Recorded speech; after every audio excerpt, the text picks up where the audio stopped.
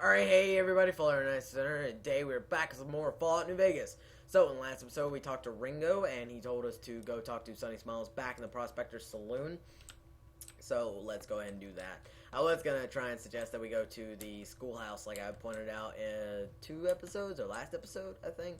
The red schoolhouse in that general vicinity. You can't really miss it, is my point. But realizing I can't unlock that safe in Ringo's gas station up there. There's really no point to go there. And you'll see what I mean when we get there later. So let's just go talk to Sunny Smiles back in the Prospector Saloon. She should be here now anyways. Maybe. I don't know. Talking to Sunny, yeah. Well, where the fuck is she? Oh, just now getting back. Slut. Hi there. Sticking around? Yes, I am. I'm gonna need to... Just like that? Yep. Any idea? So she recommends that you go get a bunch of people to help join in the fight, starting with Trudy. So you do need to pass a certain skill check. This is the first incident of multiple skills being high enough to complete a certain objective. As you can see, we can have speech or sneak to suggest something. So since my speech is high enough, I just want to go ahead and succeed with that. And I think this is where I usually get my first level up, so I definitely want to burn all of that into lockpick right now. At least 225, and put the rest into guns. So, unlike Fallout 3, you do not get a level every level, you get a level every other level. So, every time you level up, or not every time, I just fucking said, Dylan, I just said that that's not how that works. I wish it was. But since it's like the level cap is so much higher, they can't give you one every level. Otherwise, you'll get like all of these that I can't even go over right now. But I will end up going over all the ones that I am eligible to get. So, starting off, we get Confirmed Bachelor. This is a play on the Lady Killer from the last game. As you can see, 2 more down. Lady Killer still in the game. Excuse me a second. Whew. In combat, you do plus 10% damage against male opponents. Outside of combat, you'll sometimes have access to unique dialogue options with dealing with the same sex. So, this is actually pretty cool, honestly. I kind of like it, but I don't know. I don't usually get it early, or really that often, though. I do kind of recommend getting it early, but there are a lot of perks to get earlier that are way better. Intense training allows you to alter your special by adding 1 to it for every perk level that you get. I think you can have 2 of them, is what that dash means. Yeah, is what those dashes mean. Lady Killer is the exact same thing as Confirmed Bachelor, but with girls. Rapidly reload makes you reload 25% faster than normal. Retention, with the retention perk, the bonuses granted by skill magazines last 3 times as long. That's fucking useless. This is the perk that I'm going to end up going with. You have to have an intelligence of 4, so unless you just murdered your intelligence when you started off, then this is really good. What it allows you to do is, I'll just read it off. With each rank in the Swift Learner perk, you gain an additional 10% to total experience points whenever experience points are earned. So, say I earn 2, I get a 10% bonus on the 2 experience. So, it's pretty good. It's also really good to get early on, as a lot of the perks that are better to get early on tell you. So now that we've convinced her, we can go talk to the other people that you want a part of it. So if you have to pass certain checks with them. With Easy Pete, you have to have explosives, since that's what you're asking him. With Chet, you have to have barter. Excuse me. I think, yeah. With Chet, you have to have barter, so he gives you some leather armor, which is relatively useless. With Easy Pete explosives, Chet armor, Trudy sneak or speech. Doc Mitchell doesn't take anything as far as I know. You can go talk to him. Easy Pete's in that direction, and okay, Doc Mitchell will be the last one. Sorry, I always get confused as to whether or not there are more of them. Doc Mitchell, I don't think you even have to pass a speech check. He just gives you, which is really nice of him. I hope no one see you again. You can also buy medical supplies from him too, but you really never actually need to go to a dedicated doctor for anything. You can ask him more about the story right there if you want to, but honestly, I'm just going to grab more of the stuff out of his house. Like that. Okay, so now that we've convinced everyone that we're going to be able to convince, considering my explosives is not high enough, so it's not even worth talking to Easy Pete. Since we are close to that schoolhouse over there, we are going to go ahead and explore it now that my lockpick skill is high enough. And since we have to go back to Ringo anyway, we can open up that safe. And I can introduce you guys to lockpick. So if you ask Sunny Smiles about this, she will actually tell you about the schoolhouse and tell you that Easy Pete has been trying to crack into the safe for days now, and she gives you a couple lockpicks and a... Damn it, I keep TF2 jumping. She will give you some lockpicks and a lockpick magazine. So in here are just some... what's the word I'm looking for? Mantises, some giant mantises. Some of them are small enough to just straight up walk on. Sunny Smiles, if you did the whole tutorial thing, will actually ask you to come out here. So over here is the safe. This is also another instance. That's it. This is also another instance of Divergent Pass to get the exact same thing. If you unlock this terminal, you can unlock the safe. So if your science skill is higher than your lockpicking skill, and you like hacking more than you do the lockpicking minigames, then you can do stuff like that. There's even a Programmer's Digest, which is a magazine that temporarily increases your science, just so you can take a whack at that. But honestly, I love the lockpicking minigames so much, because I'm really good at it for the most part, and watch me break my first lockpick saying that. Nope. Sometimes I can get it on the first try. I know a lot of people really don't like it for some reason, but honestly, I love it.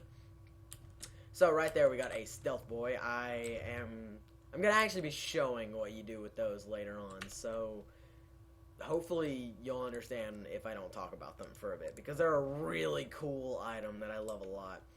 Fast traveling is easier. Why did I press Q? Easy Pete's right there if you have the explosives high enough and you want to be an explosive character. So let's just go ahead and head back up to the Poseidon gas station. I forgot it was called Poseidon. That's really cool, because it's like atomic energy? Is that the joke?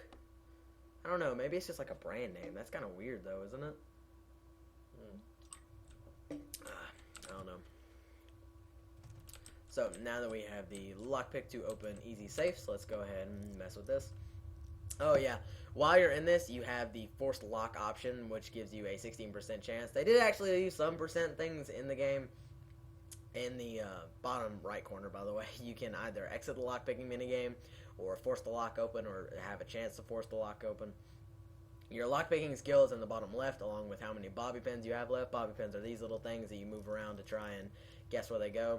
And the lockpicking level also, in case you forget. So a lot of the time, I find that it's like right in that little dip for some reason, especially in the earlier ones. Aren't that many cool things in here, but there are a lot of Sunset Sarsaparilla.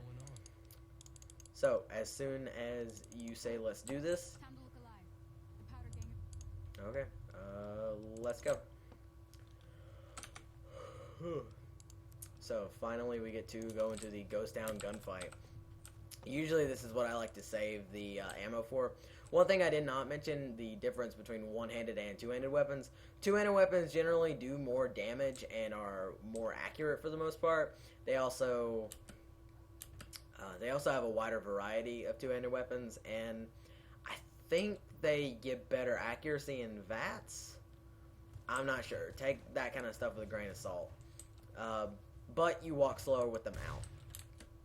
Oh my god, why do I keep jumping like that? So, this gun is actually really cool if you play TF2 before, because it's kind of like the Force of Nature. You can send off 2 shots really quickly, which kind of just destroys everyone. So I really like to get into the fight here, and killing all these people grants you a lot of powder ganger infamy. So sometimes enemies will run like this when they are sure defeat is imminent. You really want to kill Joe Cobb though, because he has a Stealth Boy on him, which is that item that I got a second ago. I'm not sure if I called it a Stealth Boy. He will continue to try and hide. Don't let him know. Let's just try and... There we go, finally. So, doing that, you become vilified with the powder gangers and idolized in Good Springs. So if you do that act before and the act just now, you become idolized in this area. I was right. So you really want to raid all these bodies for as much loot as possible. It's kind of what Fallout's about. After the battle's over, Ringo will approach you, give you some caps, and tell you to meet him at the Crimson Caravan Company whenever you get to New Vegas. So you just want to go ahead and raid all these people. for everything that they have on them. I recommend grabbing their suits too, because you can sell those back at the I want to call it Crater Side Supply, but I know that's wrong. Fallout nerds out there, or Fallout 3 nerds, I guess. I don't want to put the hardcore people in the same classification as the new age people. So now that we've done that, I get to introduce a really neat thing about Fallout, and that is repairing multiple weapons. So when a weapon's condition goes down, you can repair it by pressing R over top of the weapon if you're playing on PC. If you have multiple weapons of the same condition, you can repair those with others. You can only, until you get a perk later in the game, you can only repair weapons with their counterparts. So if I had a single shotgun that wasn't fully maintained, then I could repair it together. Also, the higher your repair skill is, the more it repairs. When you compare a lower condition item with a lower condition item, you get more and more as your repair skill goes up. And you can only repair it to a certain extent depending on your repair skill. I think that was just in Fallout 3, though. I think you can, like, spam single shotguns until you have got a fully repaired single shotgun in this game. Same thing with armor, except it is a tiny bit more forgiving for the most part. Minus the fact that it is incredibly annoying. So you can just repair all of those together. There's this nice little glitch where if armor breaks or stuff like this breaks, then you can still leave it equipped, but if I unequipped it, it would not allow me to re-equip it right now. So since it's still giving me that perception boost, and that's really the only reason I'm wearing it anyways, I'm going to leave it there. Alright, so now let's go to, what's this place called again? I always forget. I don't know. I'm only here for like 6 seconds. That was a hell of a I think he sounds different, but he says generally the same thing if you don't convince him. Pretty much all of my playthroughs have been not being able to convince him, so that gives you an idea. Yeah, so the Desperado, leather armor, power ganger, blah blah blah,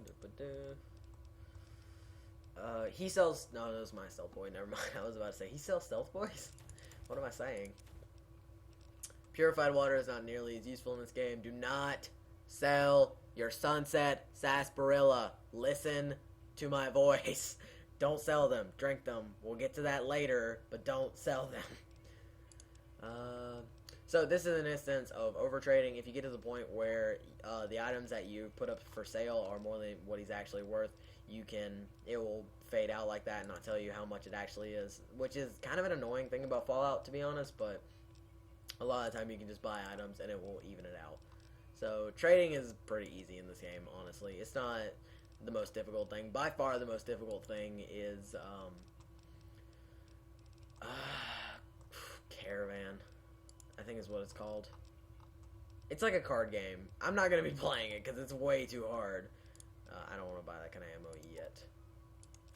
20 gauge, 5.56 millimeter, 9 millimeter. So a lot of the same ammo that I'm picking up now I'm going to be using for essentially the entire game, which I really recommend picking up. If you played the game before and you know what kind of weapons you're going to be using later on, definitely pick up that ammo early and try to stick to one weapon for the most part so you can hoard ammo for basically all of your other guns and kind of have it relatively low for the one that you really want to hang on to. I know I wanted more varmint rifles, but he doesn't have anymore, which is just too bad. That is very odd. I've never, like, actually oversold him before. I guess I'll take that back and just, yep. pleasure doing business with you. Whoa, okay, that was creepy. Now that we have traded with him, we have our inventories nice and clean for the most part. I am going to select the new quest, which is they went that away. So now we have to go to Prim, which is off in that direction. Not very far, but we will... What's Cheyenne doing? Oh. But we will be doing that next time. So thank you all for watching. I hope you enjoyed this, and I will see you... I feel like I'm repeating myself. Bye, guys.